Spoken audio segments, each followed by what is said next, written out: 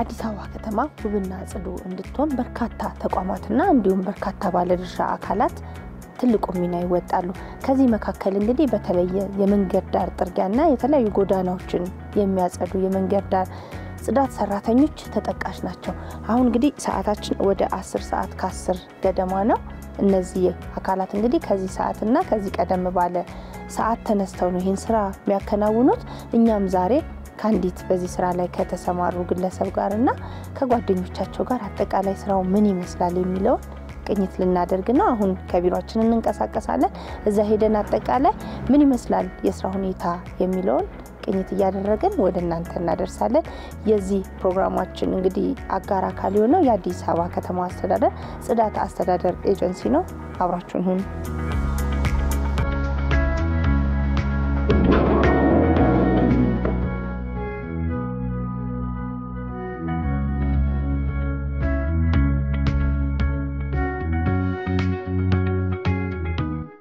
ተመልካቾቻችን አሁን የምንገኘው በአራዳ ክፍለ ከተማ ወረዳ 7 ልዩ ስሙ ግንፍሌ ኮንዶሚኒየም በሚባለው አካባቢ ነው የምንገኘው።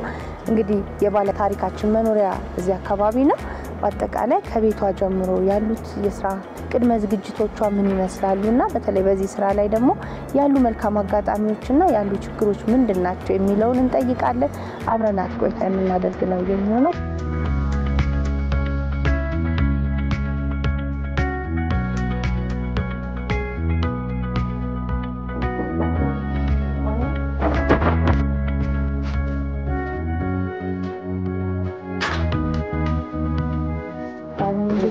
ሰላም ነሽ? እንዴት ነሽ? እግዚአብሔር ይመስገን። ሰላም ሁሉ ሰላም። ያው እንግዲህ በማለዳ ወደ ስራ ሊወጣ ነው። አዎ እኔም ዛሬ አየሁት። ከቤት መውጣት ጀምሮ በጣም በጠዋት ነው የምትወጡት። ቅዝቃዜ ያለ በዛ ላይ በጣም ነው የሚበርደው። ለሊት ነው እንደምንወጣው። የስራችሁን ሁኔታ ልናይ ነው የመጣ ነው። እሺ ከቤት ጀምሮ ያለውን ዝግጅትሽን እንዴት አድርገሽ ከቤት ውስጥ ያሉትን ስራዎችሽን አስተካክለሽ የውጭውን ደግሞ እንዴት እንደምታከናውኝ ዛሬ ቅኝት እናደርጋለን። ለተመልካቾቻችን መረጃ እንሰጣለን። ስለዚህ ወደዛው እንሄዳለን። ቅድመ ዝግጅቶችሽን ጨርሽና እንጠብቅሻለን። እሺ ለዚህ ምግብ ምናምን ላሳሰርና ማንም ስለሌለ እሺ እኔ አሳሰሪ አቆጣጣሪ አስተካክያለሁ። ሻይ ምናምን አፍልቼላችኋለሁ። አዘጋጅቻለሁ። አሁን እሱ ተነስቶ ይበላሉ ቁርሳቸውን። ትምህርት ለማድረስ እድሉ የለኝም። እናቴ ናት የምታደርስልኝ። አንዷ በጣም ትንሽ ናት፣ አንዱ እንኳን ራሱን ችሎ ይሄዳል። ምሳቸውን ቋጥሬያለሁ እዛ ጋር። በዚህ ሰዓት ነው ምሳ የሚቋጠረው? ለዚህ ነው 9 ሰዓት ተኩል ምናምን ተነስቼ ማታ ሰርቼ አሳድርና ተነስቼ አማሙቄ አስሬ ሻይ አፍልቼ በፌርሙስ ከትቼ እናት አለችኝ ደካማ ናት፣ እሷ ናት ትንሿን ታደርስልኝ። እሱን ማዘጋጃጅና እንሽ ልጠብቅሽ። እሺ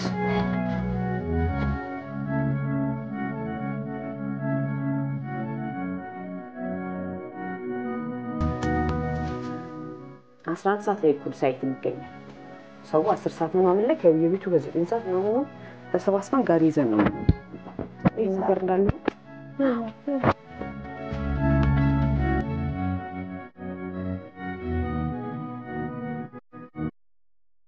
በፊት ያደርጋለሁ ሸኛችን። እሺ እናቴ ደህና ዋሉ? እግዚአብሔር ይስጥልን። ሰላም ዋሉ እናቴ? እሺ እሺ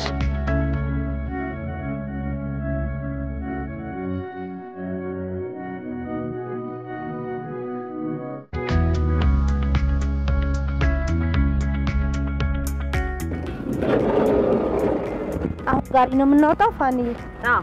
እዚህ ጤና ጣቢያ ነው የምናሳድረው አስፈቀዳናችሁ። ስለዚህ ከዚህ አውጥተን ወዴት ነው የምንሄደው? ወደ ሳይት።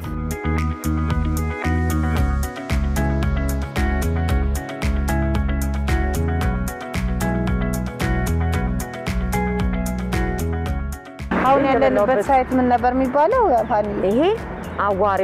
በተለይ በዚህ ስራ ላይ ረጅም አመት እንደቆየሽ ቀደም ስታጫውቺኝ ነበርና ምንድነው እስቲ ፈታኙ ነገር በዚህ ስራ ላይ? በዚህ ስራ ላይ የመኪና አደጋ አለ። ለሊት ነው የምንወጣው። እኛም ደግሞ ለሊት ነው የምንወጣው። 11 ሰዓት ላይ ሳይት ላይ መገኘት አለብን። መብራትም ኖሮ አልኖረ እንደናንተ አይነት አካላት በሚያበረክቱት አስተዋጽኦ የህብረተሰቡ ማስተዋጽኦ ተደማምሮበት መንግስትም የሚያደርገው ስራ እንዳለው ነው። ትልቁን ድርሻ ነው ያዛችሁት ብዬ አስባለሁ። በዚህ ለሊት ተነስቶ ከተማን አገሬን ከተማዬን ላሳምር ብሎ በሚችለው ነገር መተባበር ማድረግ ማለት ትልቅ ኃላፊነት ነው ብዬ አስባለሁና እንደው እስካሁን ድረስ በከተማው ጽዳት ላይ ምን አይነት አስተዋጽኦ አበርክተናል ብለሽ ታስቢያለሽ? ጥሩ አስተዋጽኦ አለን፣ እንሰራለን፣ በጣም እንሰራለን። ሰው ግንዛቤ የለው። ዲሲፕሊን እያለ ቆሻሻ መጣያ ውጭ የሚጥሉ ማህት አሉ። አንዳንድ ደግሞ እንደነዚህ ሆኖ ጥሩ ሹፌሮች አሉ አቁመው እቺን ቆሻሻ አርጉልን ብለው የሚሰጡ መኪና አቁመው ማለት ነው።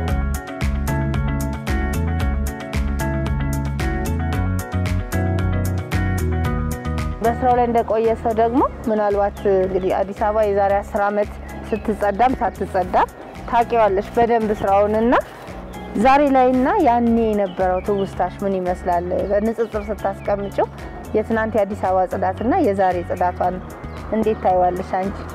ዛሬ አሁን በጣም በጣም በጣም ምርጥ ነው፣ ውብ ናት። እውነትም እንደስሙ አዲስ አበባ ውብ እየሆነች ነው፣ ደግሞ እያየናትም ነው። ሰው አሁን በብዛት እንደዚህ ኮሪደር ልማት ከመጣ በኋላ ግንዛቤ ወስዷል መሰለኝ። በብዛት የተወሰኑ ሰዎች እንደዚህ ያደርጉን በጣም እየጸዳ ነው የመጣው።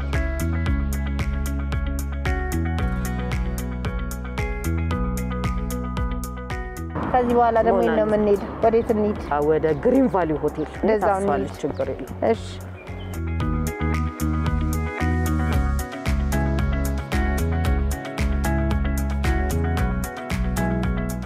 እንዴት አደራችሁ? እግዚአብሔር ይመስገን። ሰላም ነው ማ? እግዚአብሔር ይመስገን። ደህና እግዚአብሔር ይመስገን። አለሁልሽ። እንተዋወቅስ? እሺ። ሙሉ ስምሽን አስተዋውቂ። በለጡ በላይ ይባላል። በለጡ በላይ። ሰላም ነው? እግዚአብሔር ይመስገን። ቆንጆ ነው። አለን። እዛች ጋር ሆነን አንዳንድ ሀሳቦችን እናንሳ። እሺ። እንዴት ነሽ? እግዚአብሔር ይመስገን። በጣም ቅዝቃዜ አለ አይደል? አዎ ይወርዳል። ከማለዳ ጀምሮ አብሬያችሁ እያየሁት ነበር ስራው። በጣም ከባድ ነው። አዎ ይከብዳል። ይቀዘቅዛል አየሩን በጣም። በተጨማሪም ደግሞ ከጨለማው ጋር ታግሎ ይሄን ስራ እንግዲህ እንደዚህ የሚያምር አካባቢ መፍጠር ከባድ ነው ብዬ አስባለሁ። እውነት ነው። ምን ይመስላል ስራ? ቆንጆ ነው። ምን ያህል ጊዜ ሆነሽ በዚህ ስራ ከተሰማራሽ? 13 አመት። 13 አመት። ረጅም አመት ነው። አዎ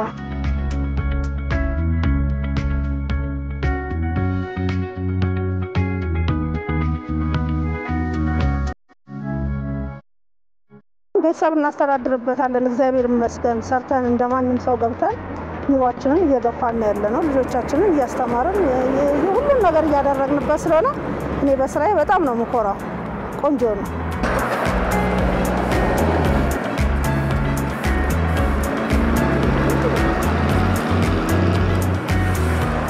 ስንት አመት ቆየሽ በዚህ ስራ ላይ? 7 አመት። እንግዲህ ከ7 አመት በፊት የነበረ የአዲስ አበባ የጽዳት ሁኔታ አለ፣ ዛሬ ላይ የደረስንበት ደግሞ አለ። ምን ይመስላል? እንደው ስታነጻጽሪው እንዴት ትገልጫዋለሽ? በጣም ልዩነት አለ። በጣም ማለት ያ ማለት ምን ማለት ነው? ከዚህ ቀደም የነበረው የሰው ግንዛቤ ቆሻሻ የመጣል ግንዛቤ የቀነሰ መጥቷል። ሙሉ ለሙሉ ባይጠፋም ግን እየቀነሰ መጥቷል።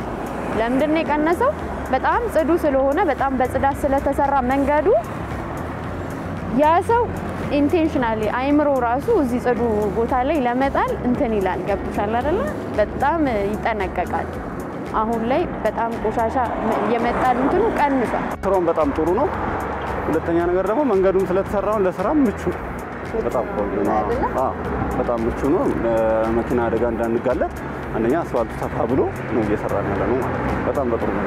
በጣም ሌሊት ነው የምትወጡት። 9 ሰዓት ተኩል እንግዲህ ውድቅት ሌሊት የሚባልበት ሰዓት ነው ለስራ የምትወጡትና በዚህ ስራ ላይ ያሉ ችግሮችን እንዴት ታያቸዋለህ? ምንድነው እንግዲህ በዚህ ስራ ላይ በጣም ብዙ ጊዜ አሁን ወደ ኦልሞስት ወደ 9 አመት አካባቢ ሆኖኛል በዚህ ስራ ተሰራ። ሌሊት ላይ ከሌባ ጀምሮ ብዙ ነገር ያጋጥመኛል። ግን ያው እነዛ ነገሮች እነሱን ተቋቁሜ ነው እየሰራው ያለሁት። አሁን ለምሳሌ እኔ የምመጣው ከላይ ነው፣ ከእንጦጦ አካባቢ ነው የምመጣው። በጣም ብዙ ነገሮች ሊገጥሙሽ ይችላሉ። ግን ያው እንደምንም ብለሽ ፈተናዎቹን አልፈሽ የመስራት ግዴታ ደግሞ ይኖርብሻል ማለት ነው፣ ራስሽን ለማሸነፍ ማለት ነው። በስራው ላይ ያሉ መልካም አጋጣሚዎች ምንድን ናቸው? በስራው ላይ ያሉ መልካም አጋጣሚዎች እንግዲህ አሁን እኛ ይህንን ስራ ከቤተሰባችንን የምናስተዳድርበት ስራ ነው። መንግስትም ይህንን ስራ በጣም ብዙ ትኩረት ሰጥቶት እየሰራን ያለ ነው። በጣም መልካም አጋጣሚ ነው ብዬ የማስበው በፊት በጣም ብዙ ቆሻሾች ይኖሩ ነበር በጣም። አሁን ግን እንደምታየው በጣም ጽድት ብሎ ነው እየሰራን ያለ ነውና ይሄኛውም መልካም አጋጣሚ ነው ብዬ አስባለሁ ለራሴ።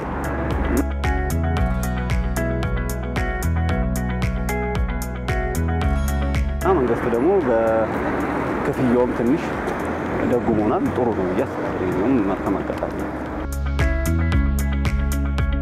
ከማለዳ 10 ሰዓት ጀምሮ በተለይ የመንገድ ዳር ጥርጊያ ሰራተኞችን አጠቃላይ የስራ ሁኔታ እያየን ነበር።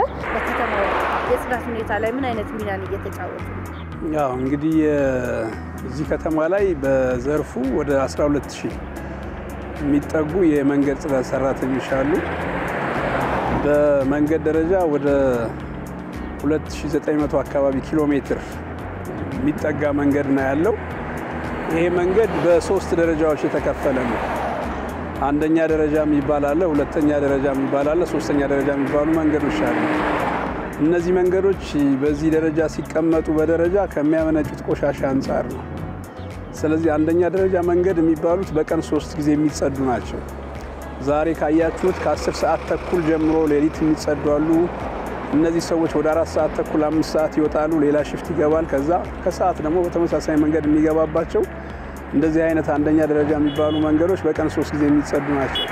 ሁለተኛ ደረጃ የሚባሉ መንገዶች በቀን 2 ጊዜ የሚጸዱ እንደ ስታንዳርድ ነው። ይሄ አጠቃላይ ከማህበረሰቡ እንቅስቃሴው ጋር ተያይዞ ደግሞ ከሚመነጨው ቆሻሻ አንጻር በዚህ ደረጃ ነው መንገዶቹ ሊደለደሉ የቻሉት። ሶስተኛ ደግሞ በቀን አንድ የሚጸዱ ያን ያህል ቆሻሻ የማይመነጭባቸው በአንጻራዊነት ከነዚህ ቀለል ያሉ መንገዶች ወደ ውስጥ ገባ ያሉ መንገዶች በቀን አንድ የሚጸዱበት ሁኔታ ነው ያለው። እንግዲህ ይሄ ስራ የየዕለት ስራ ነው። የየዕለት ስራ አመቱን ሙሉ የሚፈጸም ስራ ነው። ትልቅ ኮሚትመንትን የሚጠይቅ ነው። ከዚህ አንጻር የከተማ አስተዳደሩ ከተማዋ ጽዱ እንድትሆን ካለው አጠቃላይ ፍላጎት አንጻር በዛ መንገድ ይሄን ያህል የሰው ኃይል ብቻ መንገዶች ላይ አሰማርቶ እየሰራ ያለበት ሁኔታ ነው ያለው። እነዚህ የመንገድ ጽዳት ሰራተኞቻችን ደግሞ ከተማው እንደዚህ እንዲያምር ጽዱ እንዲሆን እያደረጉ ያለው አስተዋጽኦ እንደዚህ በቀላሉ የሚታይ አይደለም። ሁሌም ትልቅ ክብር አለን ለመንገድ ጽዳት ሰራተኞች። አራዳ ክፍለ ከተማ በፊት የነበራት የጽዳት ሁኔታ ይታወቃል። አሁን ላይ ያለው እንደው በንጽጽር ሲቀመጥ ምን ይመስላል? በፊት ምን ነበር? አሁን ላይ ያለው? በፊት የነበረው የአራዳ የጽዳት ሁኔታ ምቹ ያልሆነ ነበር። በተለይ ከአምና ጀምሮ የኮሪደር ልማት ስራው ከተጀመረበት ጊዜ ጀምሮና በመጀመሪያው ዙር ተጠናቀው ለአገልግሎት ክፍት ከሆነ በኋላ ያለው አጠቃላይ የጽዳት ሁኔታ የጽዳት ባለሙያዎቻችንም እጅግ በጣም ደስ ብሏቸው ስራቸው ውጤታማ እንደሆነ ህዝቡም እውቅና እየሰጣቸው በመሆኑ ከፍተኛ ልዩነት ነው ያለው ቀደም ሲል ከነበረውና አሁን ላይ ያለው የክፍለ ከተማችን የጽዳት ሁኔታ። አሁንማ በጣም ቆንጆ ውጭ ያለን ነው ይመስላል። ሲጀመር ቆንጆ ነው። ያው ለስራችን አስፋልቱን ቢሰፋ ኮሪደሩን ቢያምር ለኛ ቆንጆ ነው። የስራም ብዙ እንትን ላይኖርብን ይችላል ከበፊቱ ማለት ነው። በፊት ትቦ አለ፣ ቆሻሻ አለ፣ ብዙ ነገር አለ። ንጽህናው ቆንጆ ነው፣ በጣም ቆንጆ ነው የሚታየን። በመልማቱ ቆንጆ ነው። በፊት በጣም ብዙ ቆሻሻዎች ይኖሩ ነበር በጣም። አሁን ግን እንደምታዩ በጣም ጽድት ብሎ ነው እየሰራን ያለውና ይሄኛውም መልካም አጋጣሚ ነው ብዬ አስባለሁ ለራሴ።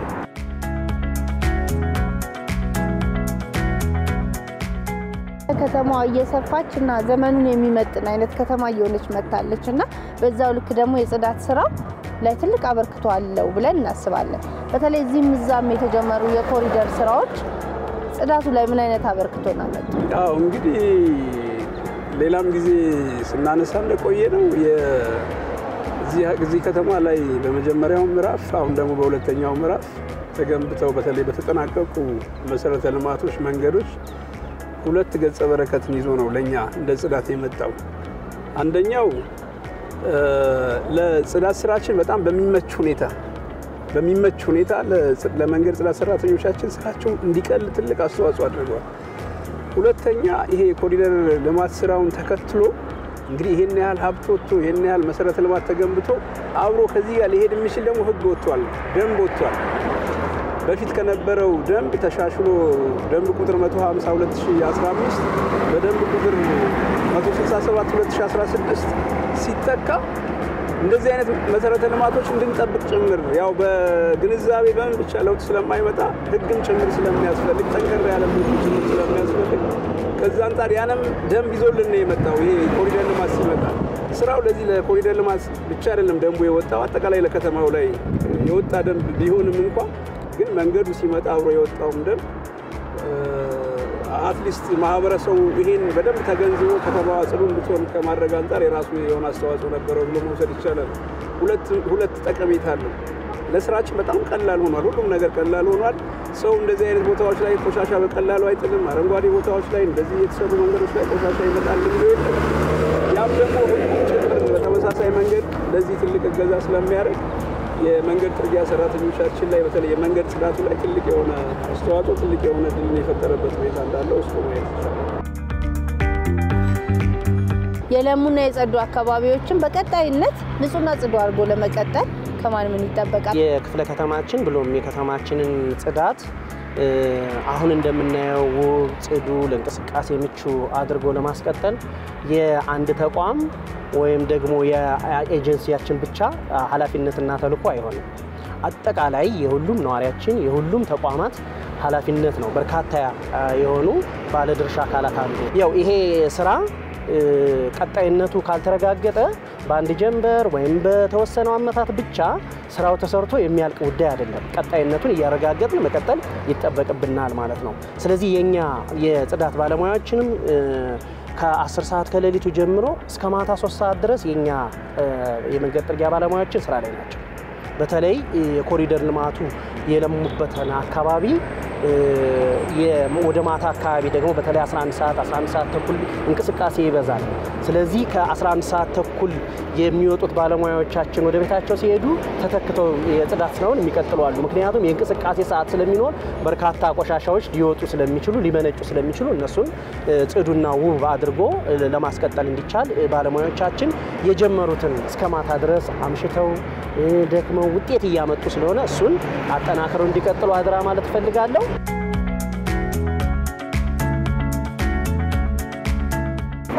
አቤት ዛሬ ከሌሊቱ 10 ሰዓት ጀምረን አጠቃላይ ስራችሁ ምን ያህል ከባድ እንደሆነ ባላግዝም ባየሁት ነገር ስራችሁ በጣም ከባድ እንደሆነ ተገንዝቤያለሁ።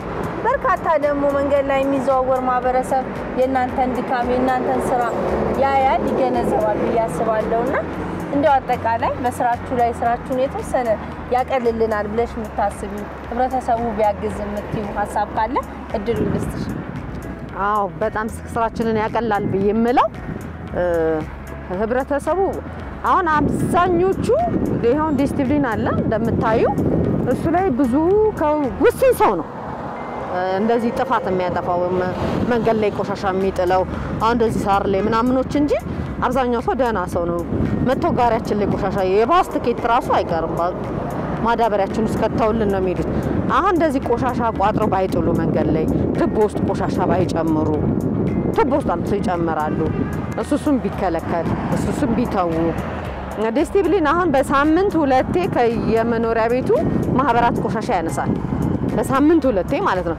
ግን ቆሻሻቸውን ቋጥረው አምጥተው ዲስቲፕሊን ውስጥ ነው የሚጨምሩት።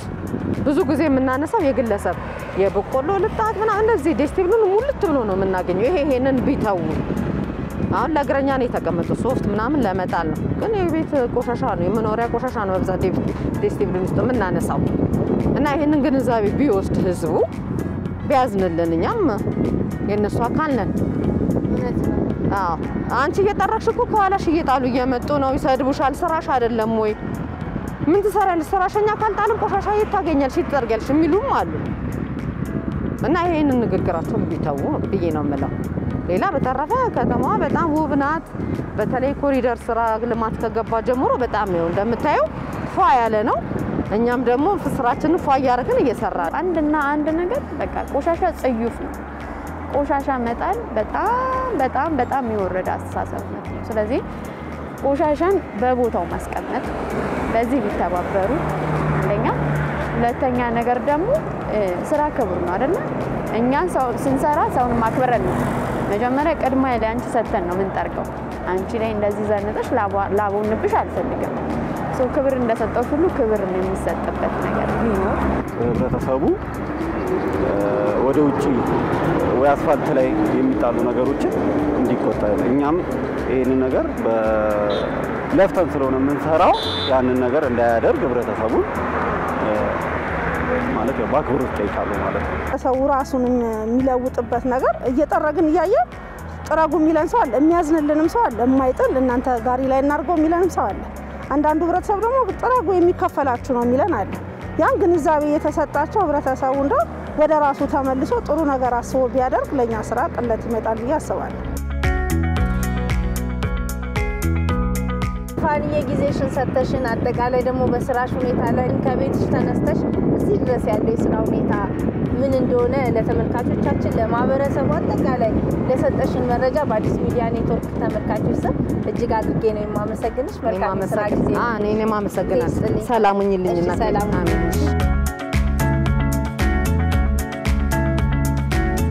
ጽዳት አንድ ቀን ተሰርቶ አበቃ የሚባል ስራ አይደለምና ሁሉ ጊዜ ክትትል፣ ሁሉ ጊዜ ድጋፍ፣ ሁሉ ጊዜም ደግሞ እጆችን የሚፈልግ ስራ ከመሆኑ አንፃር ከማን ምን ይጠበቃል? በዚህ ላይ ድርሻ ያላቸው አካላት ምን አይነት ድርሻን ይወጡ አዲስ አበባ ውብና ጽዱ ማድረግ ይቻላል? ያው እንግዲህ የዚህን ከተማ ጽዳት ስናስብ ያው ህይወት እስካለ ድረስ አሁንም ምልሽ የሚመነጭ ቆሻሻ ይኖራል።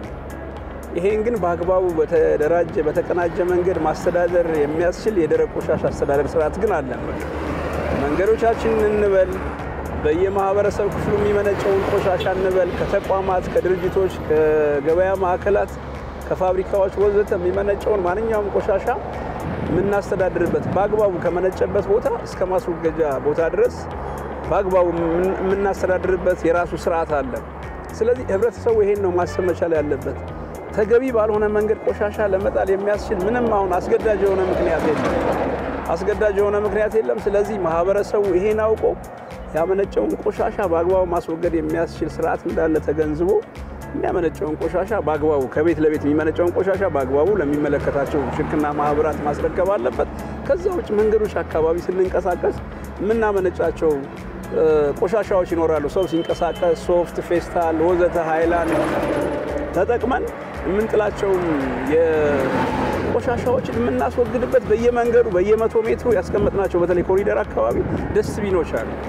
እነዚህ ደስትቢኖች የምናመነጫቸውን ጥቃቅን ቆሻሻዎች መንገድ አካባቢ ለማስቀመጥ የተቀመጡ ናቸው። በዚህ መደዳ እንደምናያቸው እነዚህ ደስትቢኖች። ስለዚህ ማህበረሰቡ አንደኛ አክሰስ አለ። መንገድ ላይ ዝም ብለህ ቆሻሻ ለመጣል ምንም የሚያስገድድ ነገር የለም። ደስትቢኖች አሉ። በዛ መንገድ ማስወገድ ያስፈልጋል። በዚህ ጋር እየመጣ ያለ ለውጥ አለ። ይሄን አጠናክሮ ማስቀጠል ያስፈልጋል።